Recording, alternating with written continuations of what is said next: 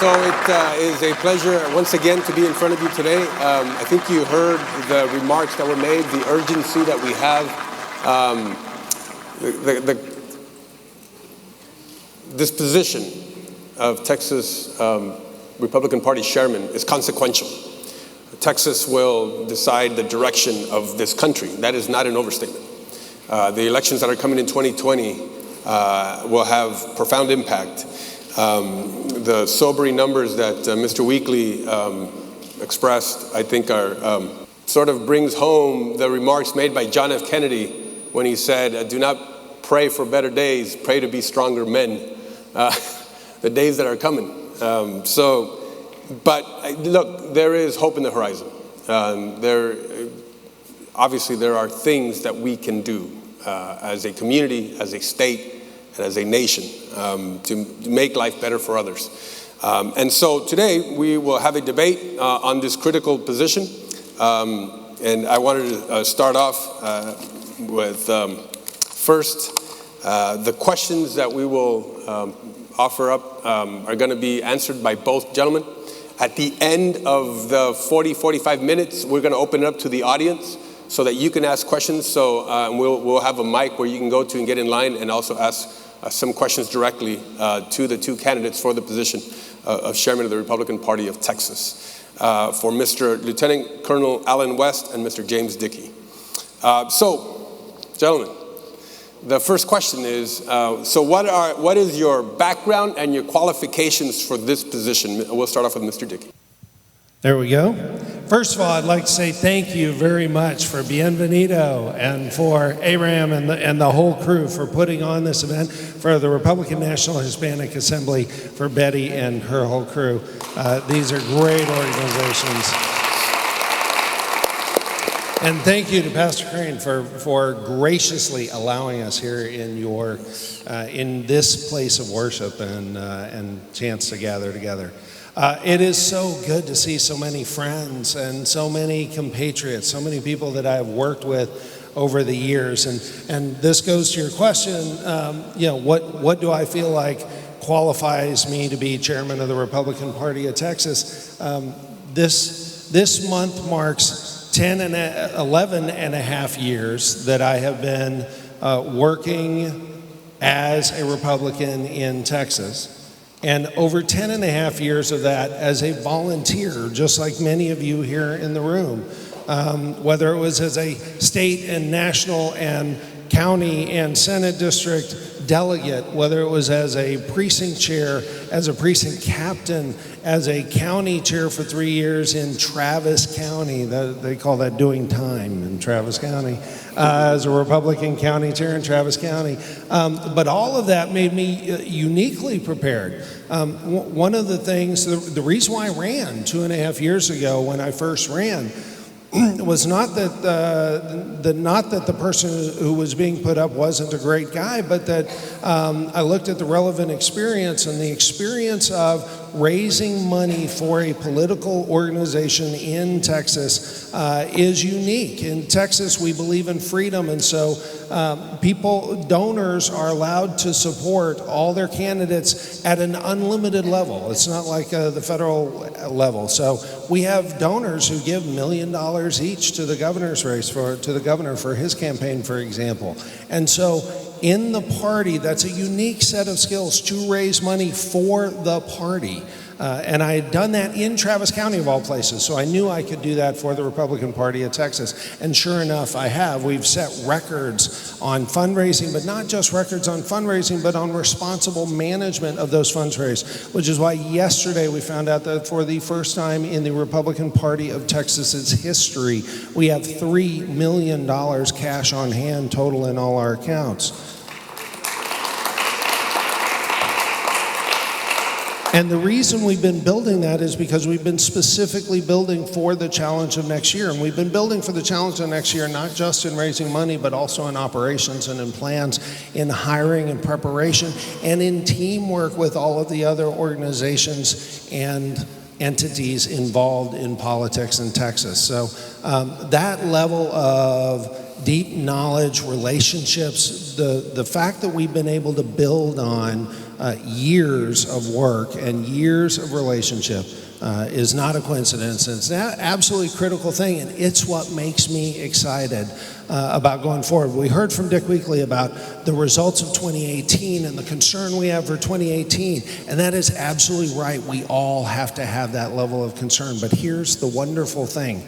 All things work together for good, right? Yeah. The wonderful thing is, a year and a half ago, when I was already out telling people they needed to have a sense of urgency about Texas, that we could not take Texas for granted, that we had to return to the days of doing the hard work that I know Republicans are capable of, that I know we are together capable of.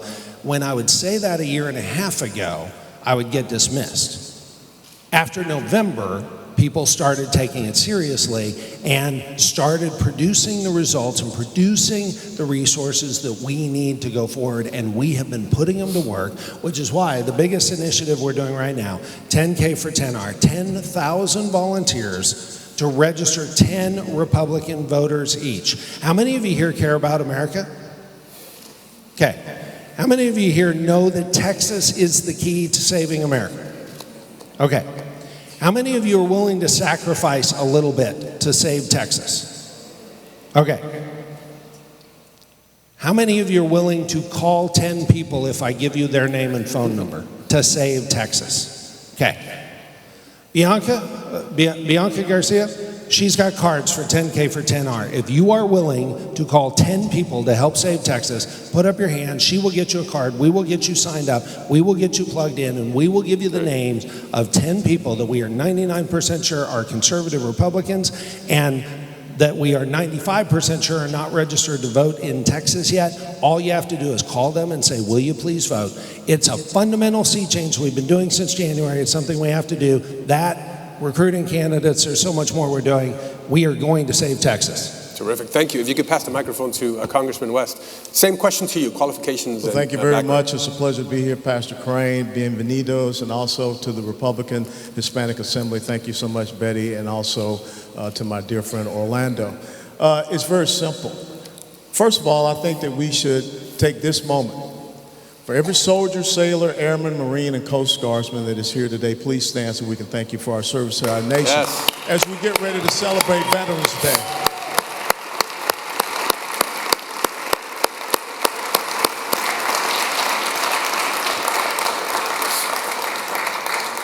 The thing is that each and every one of us took an oath to the Constitution of the United States of America. We said that we would support and defend it, that Constitution. And we took that incredible obligation freely, without any purpose of evasion or mental reservation. We said that we would do it, so help me God.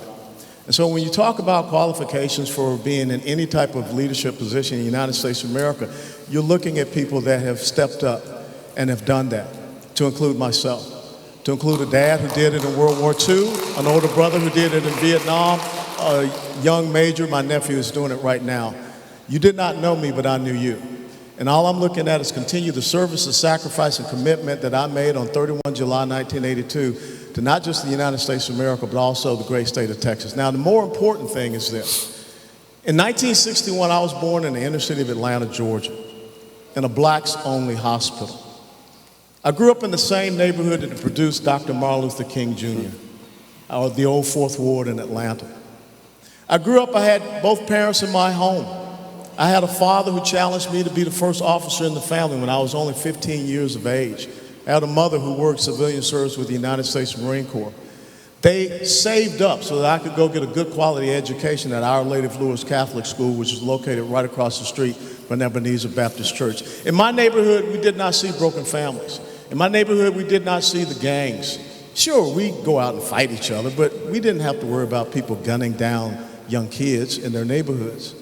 When we think about the fact that we didn't have in our neighborhood people going out and murdering their unborn children.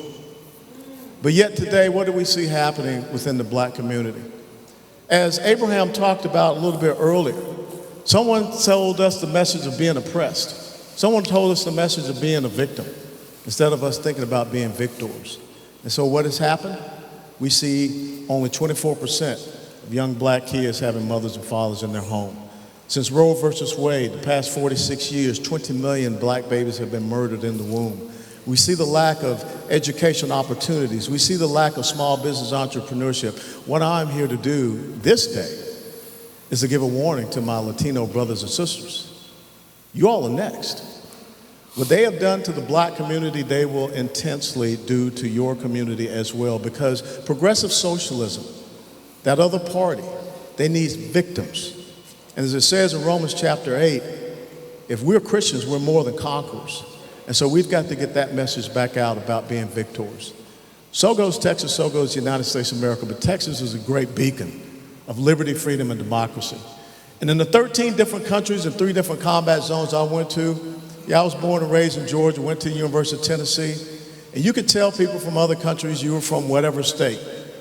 But when they heard someone was from Texas, they straightened up a little bit. They paid a little bit more attention, because there's something about Texas. And we need to make sure that the Lone Star State, that star shines even brighter for the United States of America. So go ahead and keep the mic. So, Governor West, sorry, Congressman. Congressman, where are we right now? What's your view of the current state of the Republican Party of Texas, and what would you change about it? Well, I think when you look at what the DNC chairman, Tom Perez, said on Wednesday when he declared that Texas is a battleground state, they are encouraged with what they did in Virginia. And what you see is the incrementalism of the progressive socialist left that are coming into successful red states, and now to include Texas, and they're taking over the major urban population centers. But yet in the major urban population centers, that's where you see the greatest amount of failure of the policies of the progressive socialist left. So I think that the Republican Party overall, all across the United States of America, and a little bit also here in Texas, we have failed in delivering our message of faith, of family, of individual responsibility, quality education, small business entrepreneurship, and service to the nation. Those are conservative values. I grew up, my parents were registered Democrats, but my parents brought me up with those values and those principles. That's what we have to reestablish. And again, I think the theme that we heard here with the speakers earlier, if we start talking about principles and values, we win people over more so than talking about being in party. So that's where I would like to make that connection. Terrific. Mr. Dickey? So what's the state of the current Republican Party? What is your of view Texas? of the current state of the Texas Republican Party, and what would you Texas change? Republican Party. Well, as of yesterday, we just flipped the only county in the Panhandle that had stayed Democrat for the last 2 decades. And we did it based on principles. The county chair, the county judge, others there said, I can no longer bear with a Democrat Party that is as extreme, as leftist, as off the rails as they are seeing every day now on TV. And we were there, we were ready, we were prepared, so we were able to make that flip. And then your question, what would I most like to change? Here's the thing that bothered me. As someone who had volunteered for the party for years, as someone who had donated candidates, block walked for candidates, phone banked for candidates, when I went in this legislative session as chair of the party with a clear mandate to make sure that we advance our platform and our principles so that we would be able to talk about those platforms and those principles, I had far too many elected officials say, Chairman, in my race, in my campaign, the party just wasn't a factor. Or worse, in my counties, the county party lives off the candidates and office holders instead of the other way around. And as county chairman in Travis County, I had already made it my mission to make sure that that wasn't true. So in my 3 years as county chair in Travis County, we went from the county party being 90% funded off of the candidates to 90% funded off of donors outside the candidates and office holders. And since I have been chairman of the party, we have upgraded our data, upgraded our block walking system, our phone banking system, our texting system, our phone numbers. We have done the work so that candidates can all benefit from our available stuff. but that doesn't help if we don't have candidates. Well, again, as a county chair in an urban county, I knew how difficult it was to get qualified candidates to run. And so starting in January, I recruited a candidate recruitment task force, and it was led by an amazing, powerful, effective county chair from Hamilton County, Kat Parks. She did an incredible job recruiting volunteers from around the state, and we had 1,400 candidates trained and set up with our system so that we can challenge Democrats in more seats around the state, but more candidates too know that the party is a valuable resource. As we're doing this 10K for 10R, we're not just going to register new voters and have those new voters available for every candidate, but we've got reactivated volunteers who will be excited and available and ready in the general election. We have a scalable workforce that is committed and determined and ready to advance our values through these new candidates. What I wanted to change was I want not a single elected official to say the Republican Party of Texas didn't help me. And we're doing the work to make that happen. To that point, I want to talk about the money. How much money do you think is going to be required? And how are the new mechanisms or tactics to raise that kind of money to make sure that we elect the policy champions here in the state of Texas? The total amount of money spent in the 2018 election in Texas, 2020 election in Texas is going to be over $1 billion. Now, that's spread out a lot. Presidential race is going to take up a big chunk of it. The Senate race is going to take up a big chunk of it. This last race, the Senate race alone was $120 million. We've got congressional races that are all going to be significant. We had 2 races that were $27 million apiece last time.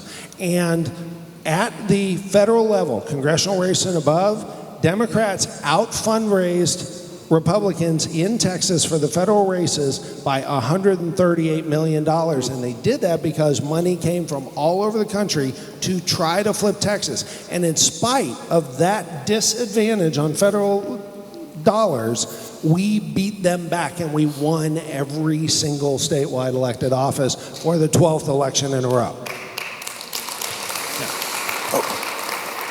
So it's going to be a lot of money. Congressman West, same question as far as the money goes. Sure. Where are we? Do you feel it's an adequate amount that we've actually raised? Do we need to raise them much more, and how much is that? Since I got back from Afghanistan in November 2007 and congressional races and conservative causes, I've raised $50 million. And I think the most important thing is that when you inspire people, the resources will come with that.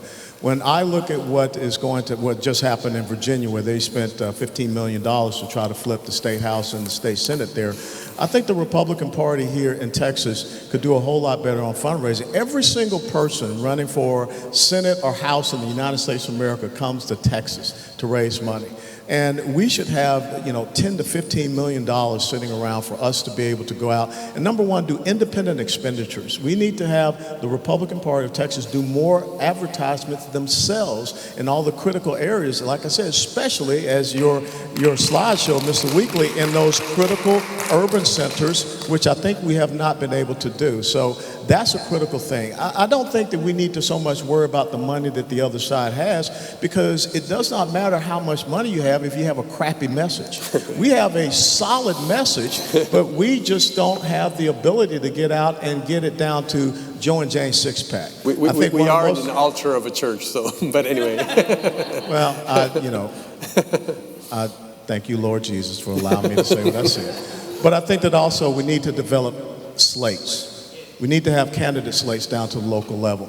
Too often we go in, we focus on the top of the tickets, and we forget that city council, school boards, county commissions are very important races. And as we saw, those judgeships are very important races. We can't continue on losing those. So talk about the candidates and the diversity. The Republican Party has sort of been described as old white males, but yet in Texas, 51% of the electorate is female. What are we doing to attract female voters, and what are the priority issues that you would focus on to do that? Well, I think that we have to talk about the equality of opportunity that leads to economic empowerment and not economic enslavement.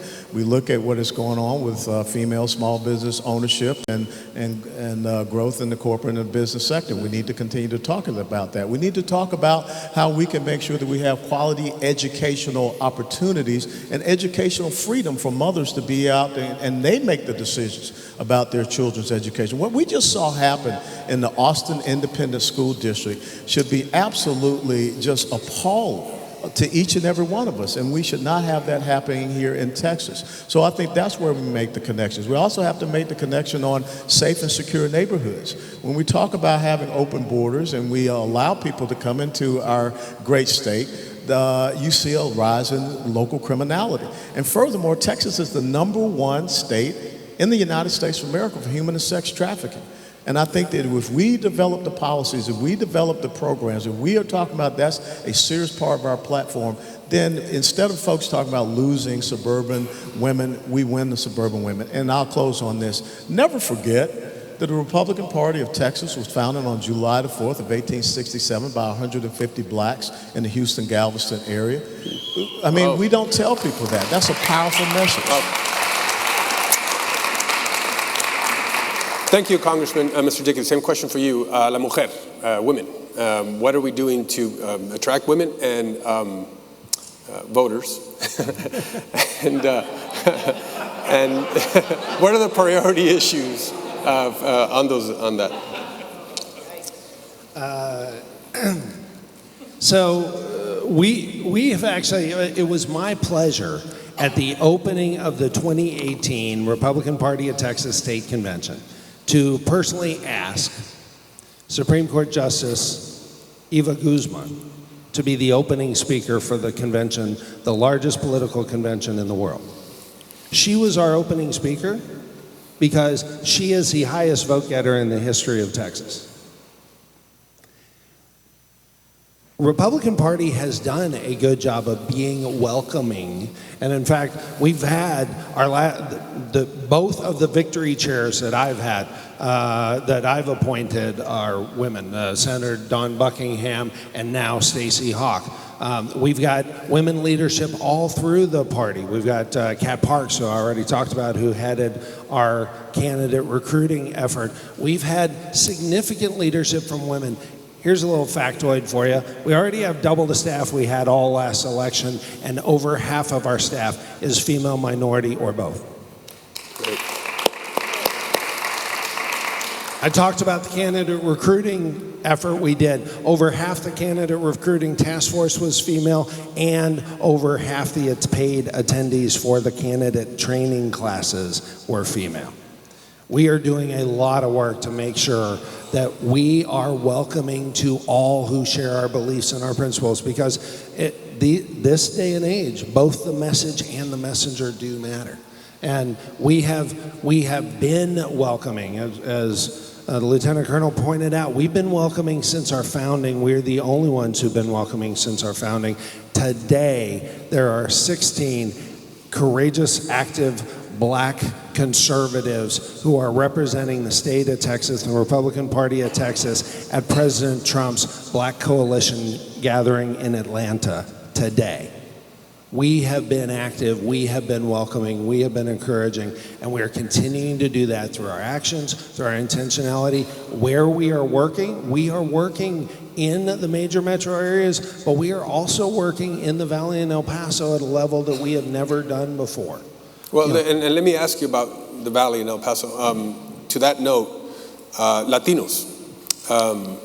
Cornyn won the Latino vote last time around. Absolutely. Abbott did really well. Absolutely. Will Hurd wins in a 75% Latino district. Yep.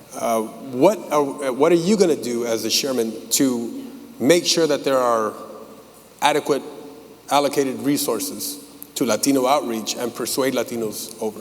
Well, I was there, victory night, for Senator Pete Flores when he became the first Republican Texas state senator in history. That's good stuff. When we got him elected in the special election in Senate District 9. The reason I was there is because we had staff there for the entire campaign.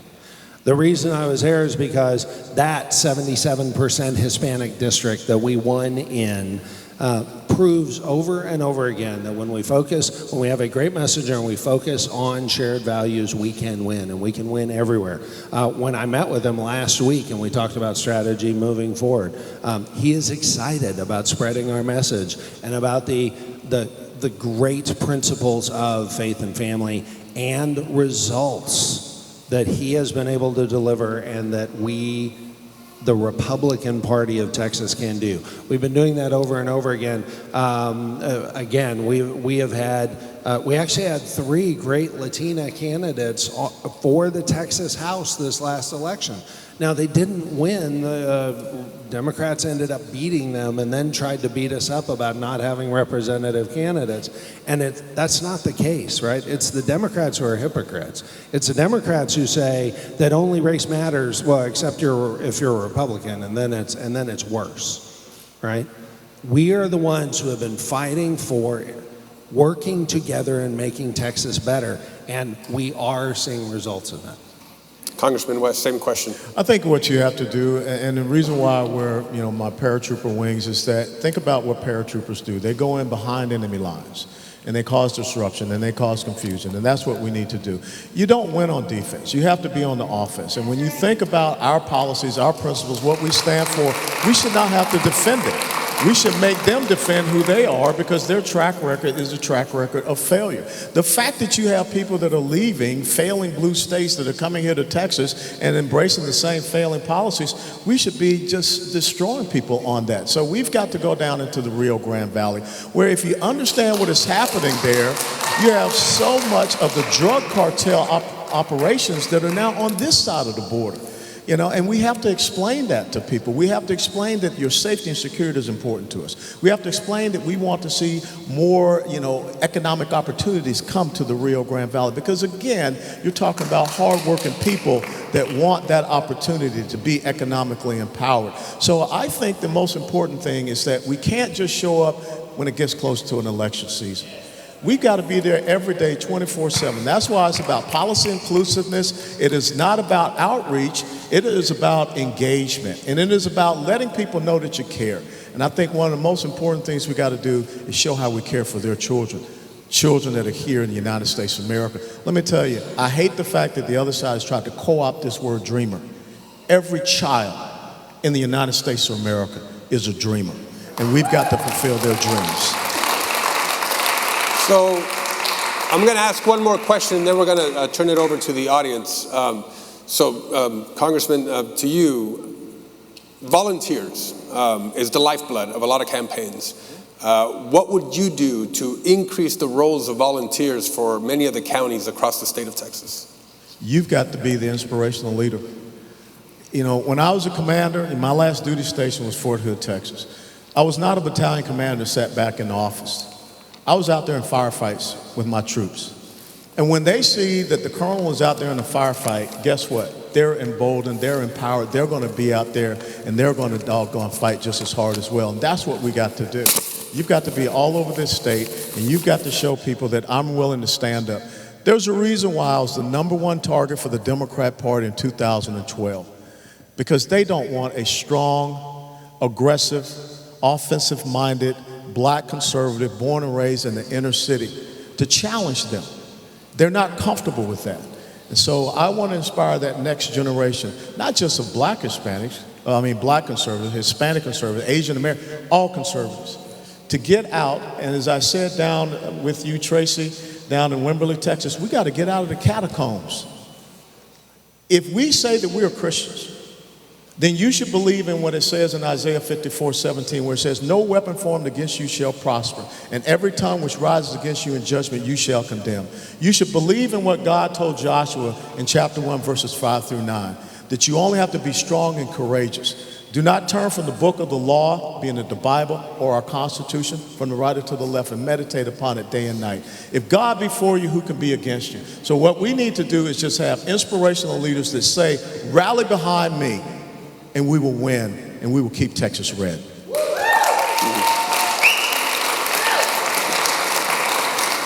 Volunteers. Increase the ranks of volunteers. Yeah, I couldn't agree more with Lieutenant Colonel that what is important is someone who has been out there in the field working. That's why I did it for years, long before I ever became a state party chair. I was in the field working for a year and a half as state party chair when I did it as a volunteer.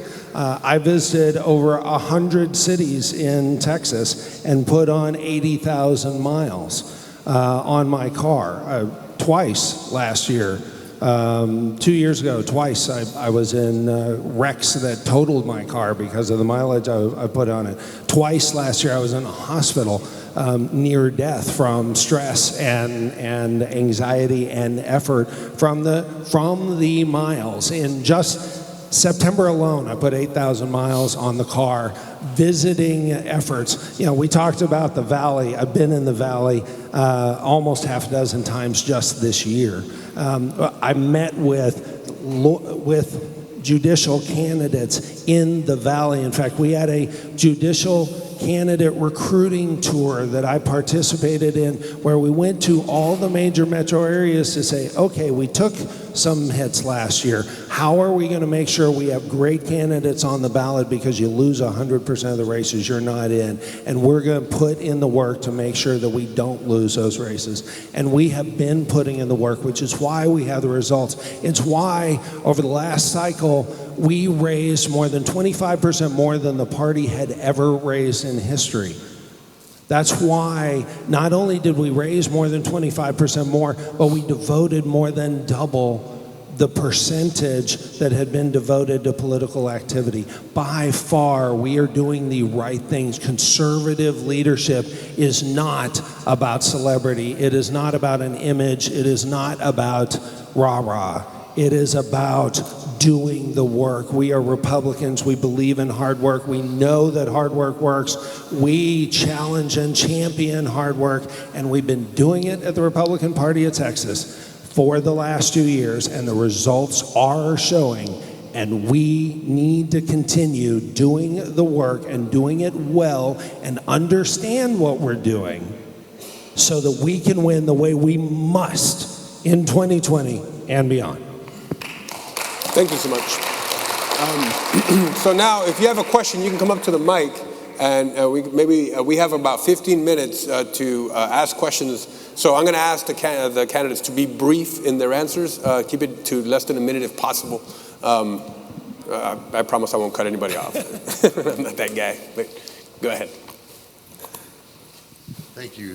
Thank you so much for being here, for answering these questions. Maybe I have a couple of questions, but I'll try to make them brief. So, sure. I am not here, Mr. Dickey, to say that you've done a bad job, or I want to honor all that you have done for the party, which was great. But in these days and times, what we really need is someone that's really going to make the hackles stand on the back of your neck and be on the front line with this. I really know about needing money, and I'm organizing conservatives now. So the question is, sir, once we get Mr. West elected, will you still be working for the party to help raise money? So actually, one of the things I've learned in debating Democrats is when the premise of the question is false, you reject the premise. Nice shot. I believe that the delegates to the state convention of Texas for the Republican Party understand that hard work is more than image, and that results matter more than a warm, fuzzy feeling that is short-lived and is not how you win in the long run. Thank Very you. well, sir. Thank you. Do I get to respond to that a little sure. bit? Yeah. I've heard celebrity, I've heard image, I've heard rah-rah. I got to tell you something, I never stressed out in a firefight.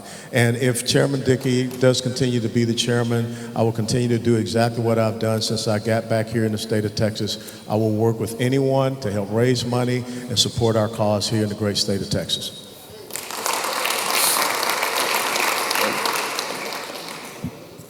What can we do to get more involved with district attorney races? George Soros is pouring millions of dollars into DA races all over the country, in Texas and everywhere. And the reason he's doing that is because, just like you mentioned, at higher levels within our state leadership, a DA can choose or not to choose to pursue a criminal at their discretion. And one of the things that they are not doing is pursuing Planned Parenthood. When something happens that we all know happens at Planned Parenthood, especially when it comes to child trafficking, they are letting those guys off the hook. So we need to know what we're going to do at that level, at the DA level, because there's a plan out there to disrupt that, and I'd like to know what we can do to address that and come right back at them. You know, it's very interesting because we saw that in Dallas County, where now we have John Creuzot as our district attorney. And of course, John Creuzot has said that anyone that commits a crime is $750 or less, he's not going to prosecute them. So in other words, someone can come up and clock you on the head and take $500 away from you, and he's not going to do anything. Again, we need to be looking at all the races. We need to have a strategic plan, and I think that's one of the things that we've failed to do, especially at those local levels once again, especially when we saw the incredible amount of judgeships that we lost. What the left cannot do through a legislative process, they will do through judicial activism. That's why I think we have to pay attention to those races. The other race we have to pay attention to are school board races. What happened in Austin at the ISD there should not be happening in Texas. Did you want to respond to that real quick? Yeah, actually, we have been working on those. In fact, that's a big part of the reason for the judicial candidate recruiting efforts that we did this year for the first time ever, to make sure that we had qualified judicial candidates. In fact, because the deadline is December 9th, we have got to, if we don't fill those candidate spots by December 9th, we're out. And so that's why months ago we started working on recruiting those candidates, and it is a challenge. And yeah, last year we took a bath in those judicial races in the major metro areas.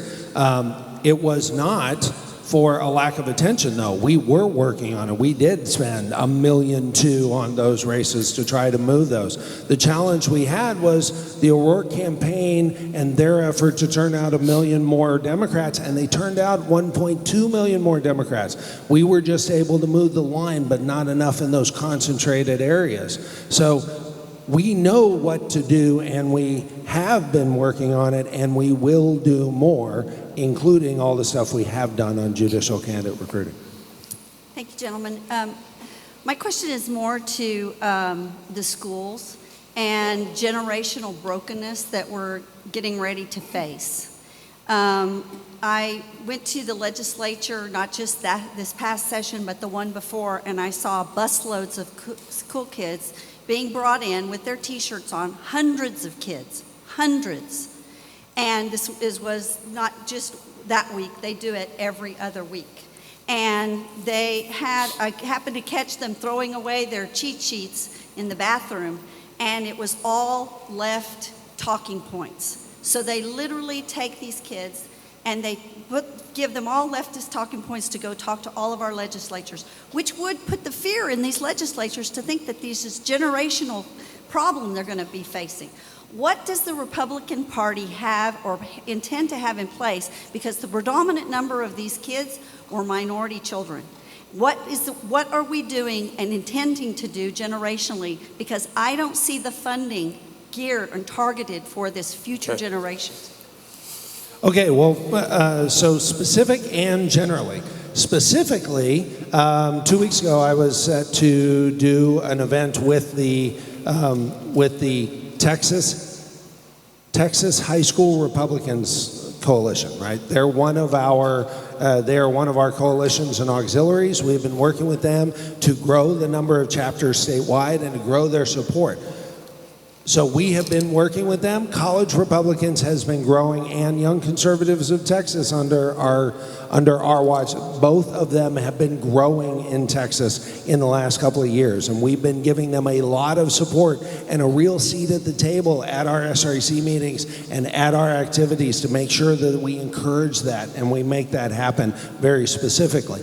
Generally speaking, though, one of the things I'm most excited about, so I'm a product of Texas public schools. I actually went to a predominantly black public school on the east side of Fort Worth. and it was a great experience for me. I have wonderful friends still from there.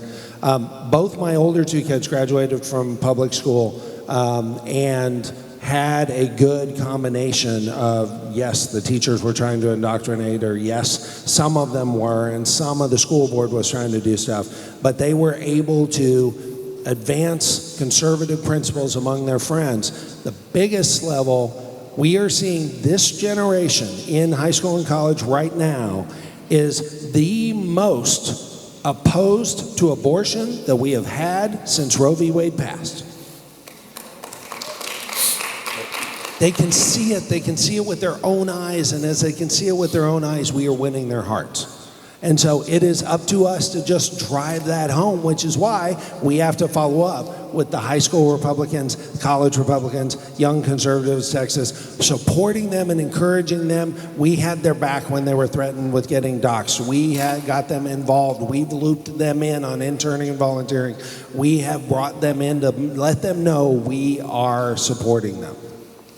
Well, again, that comes back to why I say one of the most important elections in the state of Texas, across the United States of America, school board. Because if you have people that are really, monitoring what's happening in their school districts, you don't have that indoctrination that's happening. Just about a month ago, I was asked to come speak at Garland High School up in right there where I live. And they were inaugurating the new Young America's Foundation chapter. When I showed up to speak, I was told that the principal had made the decision that the YAF, Young America's Foundation, was not neutral enough. And so she had denied them to have a chapter at her school. Well, maybe it's because of my celebrity, but I will use that as a platform. And I took to my social media platforms and I told America and I told Texas exactly what was going on in Garland High School. The next week, they had a Young America's Foundation chapter that's there to teach constitutional conservative principles for our young people. So I think that's what you have to do. You have to go into these schools and you have to encourage and embolden our high school students, our college and university campus students, and they have to know that you're going to fight for them. They have to know that you're not just showing up to just, attend a meeting, whatever, but you'll take actions on their behalf. Sir, Colonel, let me just say, as a previous 11 Bravo, as a That's an infantryman. as a JAG officer who served with the military commissions in Guantanamo Bay, Cuba, I want to thank you for your actions in Iraq. You've saved lives. Well, duty first. Thank you. All right, my question is, with that being said, here in San Antonio, I retired. Oh, I'm sorry. With that being said, I retired here in San Antonio. I'm a veteran. I know lots and lots of veterans in San Antonio. It's U.S. military city. Yet I see District 20 is run by a Democrat. This district's run by a Democrat. How come, if we can't make San Antonio red, how are we going to make the rest of Texas red? Well, you're right. Once again, and I think that's where we need to go out and challenge people that, just because you have taken off your uniform, your oath of service to the United States of America does not end.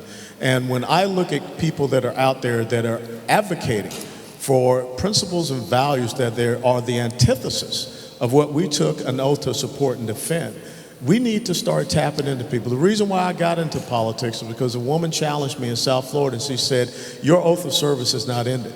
You need to continue to see how you can serve your country, and that's what we need to do. And I'd like to see more veterans that are out there running for office. That's why we started the Guardian PAC back in 2011, to get more veterans running, not just at the federal, but in the state and down to the local level. That's one of the key things we've got to do. Okay. If you want to answer, let me just say really quick, I'm sorry, but we're only going to have time for one more question. This gentleman here, I apologize because we're out of time. I understand, but we're out of time. So as county chair for Travis County, I was intimately involved in winning back some races for the first time. And the way we did it 5 years ago was to start at city council and school board, because as nonpartisan races, which they aren't at all, it was an easier way to get some wins in a heavily Democrat area. And so we did. We were able to, for the first time, win some seats in both those. And absolutely, on the school board, it made a difference. That's why 2.5 years ago, when I was elected chair of the party, at the RPT, we passed a rule that for the first time had the Republican Party of Texas providing resources to city council and school board candidates. That's why this last election, we had hundreds of city council and school board candidates around Texas who we had helped recruit as part of our recruiting and training effort.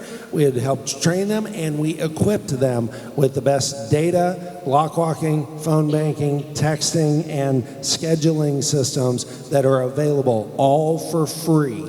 Any Republican candidate in Texas gets access to the same quality resources that the presidential campaign uses. Hello, good afternoon. My name is Carlos Antonio Raymond. I'm a Vietnam era veteran, and I'm also a candidate for Texas State Representative District 117 this election. I have a question about inclusivity and visibility. You know, I travel all over Texas, especially on the south side and the southwest and the east side of San Antonio. And as a Republican, the number one question that I've always been asked, why is it that Republicans does not care about minority issues? What is it that Republicans can do for me as a minority? I am both African American and Latino. And we have an opportunity this election, 2020, with the Martin Luther King March and the Cesar Chavez coming up. I don't see too many Republicans involved. We ought to be out there. 35,000 marchers will be at the Martin Luther King. We ought to be out there, man, with T-shirts and hats and really promoting the Republican Party, because that's what the community needs. And I want to know what is the Republican Party is actually going to do to increase more visibility and including more minorities in the Republican Party. Thank you.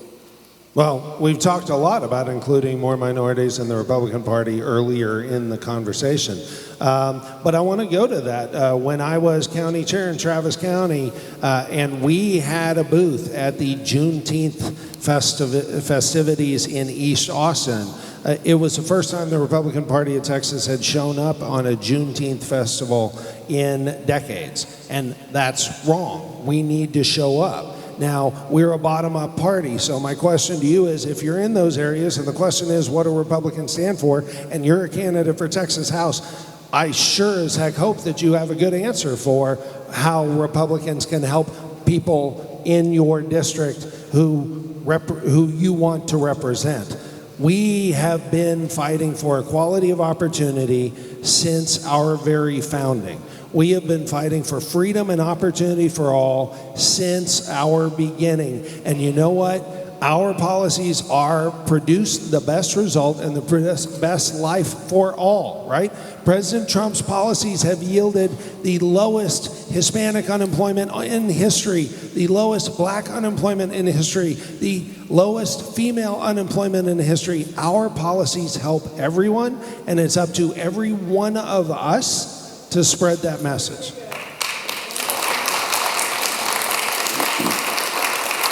And I would wholeheartedly agree that we all have to do our part to make sure that that message is out there. But the other important thing is that we've got to make sure that that message is put out so we're all on the same common denominator. I think we missed a great opportunity this past year on Juneteenth.